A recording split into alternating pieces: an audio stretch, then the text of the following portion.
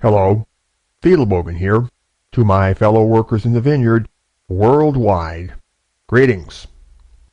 In today's talk, I will pose the question, what is this thing called patriarchy? And I will try to throw some light in that general direction. The word patriarchy is a crucially important bit of feminist jargon. Without it, the women's movement would be plodding through snowdrifts up to its waist.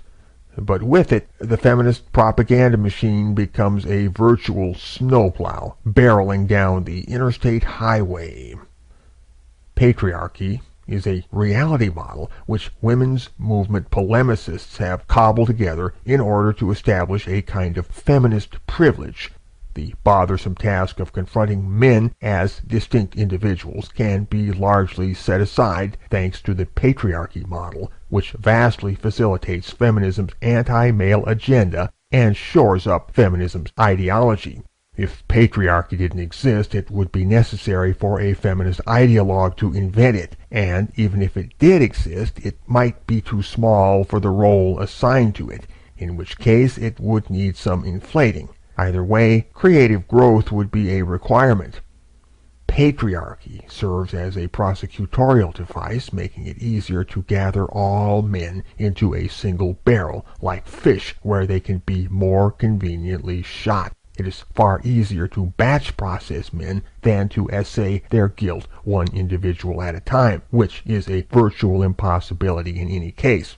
Such is the cornerstone of feminist policy. If you wish to hit far too many innocent targets, and if you wish to do this really fast, then collective guilt is the way to go.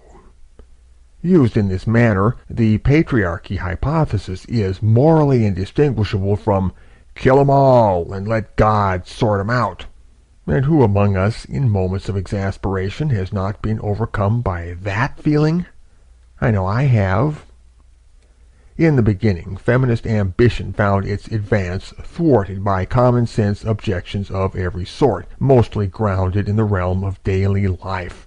Feminist thinkers needed to rationalize their movement's many contradictions, and to that end they devised larger explanatory models to reconcile those contradictions. Most philosophical systems or worldviews operate much along this line. Feminist polemic grew by extensions of ad hoc hypothesizing. Soon it arrived at the patriarchy hypothesis, a jellyfish in a starched collar, which became the granddaddy of all feminist construction scaffolds, a kind of unified field theory of male perversity. On close examination, we discover two important things about patriarchy as a concept. 1. It displays coherency when too narrowly defined to be broadly useful. 2. It displays incoherency when too broadly defined to be narrowly useful. Tersely then, latitude of utility varies inversely to coherency of definition. Etch that permanently on your brain. Feminist ideologues promulgate the patriarchy model nonetheless because they are banking on the average person's lack of analytical discernment, rather as if they were tossing a mind-rape drug into the cocktail of common discourse. You might wake up with a nameless, creepy feeling, but you aren't necessarily aware that you've gotten screwed under the cover of mental darkness. Such is indoctrination. All things considered, it's hard to know how radical feminism, and consequently any feminism, would get along without the patriarchy hypothesis. For certain, it would be slow sledding. Patriarchy is beyond all doubt a construct. This can never be refuted, and the proof is simple. Patriarchy cannot be weighed, measured, or instantiated in physical space. You can't shake a stick at it. You can't bounce a ball off it. And above all, you can't find it in the telephone directory. The word itself points to no discoverable object. Patriarchy is not demonstrably a thing, but only an inventory, a description, an interpretation, a reification, a Rorschach, a face in the clouds, a face on Mars, a trick of the light. In sum, a mental spook. You cannot fight the patriarchy any sooner than you can duke it out with a heatwave mirage or a hologram. You cannot, by literally or figuratively flailing your fists in any manner, inflict damage on something insubstantial. But have a care, for while you are quixotically thrashing around in all directions, there's a chance that you will wreck something real, and that's where your real grief begins. You'll run your karma over your dogma, and reality will appear on your doorstep waving a bill of damages. So, what do I mean by a construct? I mean something that was put together by an act of human mentation, or, less charitably, imagination. Here I mean a rhetorical construct, a device intended to persuade, indeed to overwhelm or intimidate the listener. The patriarchy construct is built from a selection of observables that have been linked as in a dot-connecting exercise on the predicative assumption that they are congenitally related. Whether they genuinely are thus related could be a matter for investigative discussion. The most plausible manifestation of this thing which they are pleased to call patriarchy lies within the realm of administrative control structures, namely, that from a general survey of appearances it would seem that men occupy administrative posts disproportionately to their comparative number. If patriarchy means anything at all, it would need to mean this before it could usefully mean anything else. That could place a delimitation on the term and its permissible range of usage. Still, it is possible to stretch the definition, like Humpty Dumpty playing with silly putty, so that the word becomes shorthand for a mélange of different behaviors in which certain males at various times have been known to occupy themselves. Such appears to be the strategy that feminist theorizing employs. In this manner, feminism extracts the larger conclusion that men in general conspire to oppress women in general, a leap of staggering enormity that ought to give us pause. Some will object that I am misrepresenting the feminist position, but I would ask, which feminist position and which feminism? The objection is only a variation on not that kind of feminist. However, it is precisely that kind of feminism which I have in view here. Not the nice sort of feminism, but rather the bottom-line sort which runs the business. The idea that men in general conspire to oppress women in general belongs to the man-hating category of generalizations. As such, being closer to the heart of what a man-hating movement really preaches, it seems a more reliable gloss upon the occult ideology of feminism as a whole. So even if I do misrepresent the feminist position here, it is with the smallest possible degree of misrepresentation. Anything else would be a greater misrepresentation. Do I mean to conclude that patriarchy doesn't exist? No, not exactly. The word patriarchy certainly exists. Patriarchy. See, I just said it. Likewise, the patriarchy construct exists. It is alive and well for those with wheels in their heads, those who chatter glibly about patriarchy this and patriarchy that, as if they were talking about something unitary and tangible, as if patriarchy were an established fact beyond dispute, like heliocentrism or the Rock of Gibraltar. They are merely stating their opinion as objective datum, and they don't realize how fatuous they sound.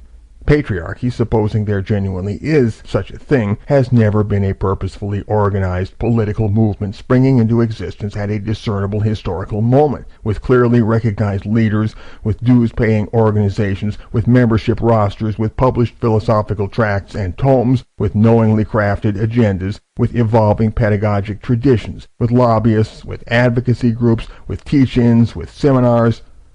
For a number of reasons, it is at least problematic whether patriarchy even exists. Among others, because it is difficult to comprehend exactly what is intended by that term in the first place. But we face no such difficulty regarding feminism, which is, on the order of phenomenologies, a clear, tight, discrete, and chronologically bound thing.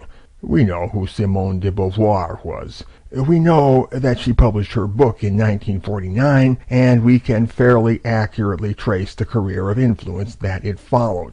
Likewise, we know who Betty Friedan was. We know when she published her book, and we know that certain people read it and were moved to do certain things. And we know who Kate Millett was, and who Germaine Greer was, and how they augmented the developing action inside the mixing bowl. And we know what the Red Stockings Manifesto is, and who wrote it, and where the saying originated that the personal is political. And we know what the National Organization for Women is, and who its leaders past and present have been. And we know many of the things which they have said and done and written. Finally, we know about people such as Jessica Valenti, Amanda Marcotte, Harriet Harman, and, heaven help us, Genmar. All of these things and more we know with a pretty fair certainty. As regards patriarchy, we can discover virtually nothing of similarly satisfying definiteness. Patriarchy is a big woolly phantom, a cloud, a colossal mountain of soap bubbles that appears mighty impressive from a distance until somebody informs you that the main ingredient is air. There is, to my knowledge, no such thing as a book of the patriarchy, or at least nothing expressly so designated, and whereas feminists know they are a part of feminism, so-called patriarchalists know nothing of the sort with regard to patriarchy, or at any rate didn't until feminism introduced them to the idea of patriarchy, thereby planting the suggestion in their heads. If in the future somebody publishes an official book of the patriarchy, tongue-in-cheek or otherwise, we'll owe indirect thanks to feminism for its existence. My point is this, that feminism exercises a far, far stronger claim upon the category of existence than patriarchy does. It is at least arguable whether patriarchy exists. But in a postulated future, supposing feminism to have triumphantly inaugurated female supremacy over all the earth, there would be absolutely no question that matriarchy exists. Fiedelbogen, out.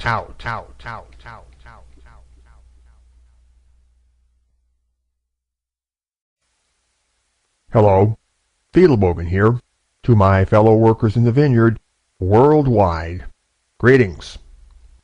In today's talk, I will pose the question, what is this thing called patriarchy?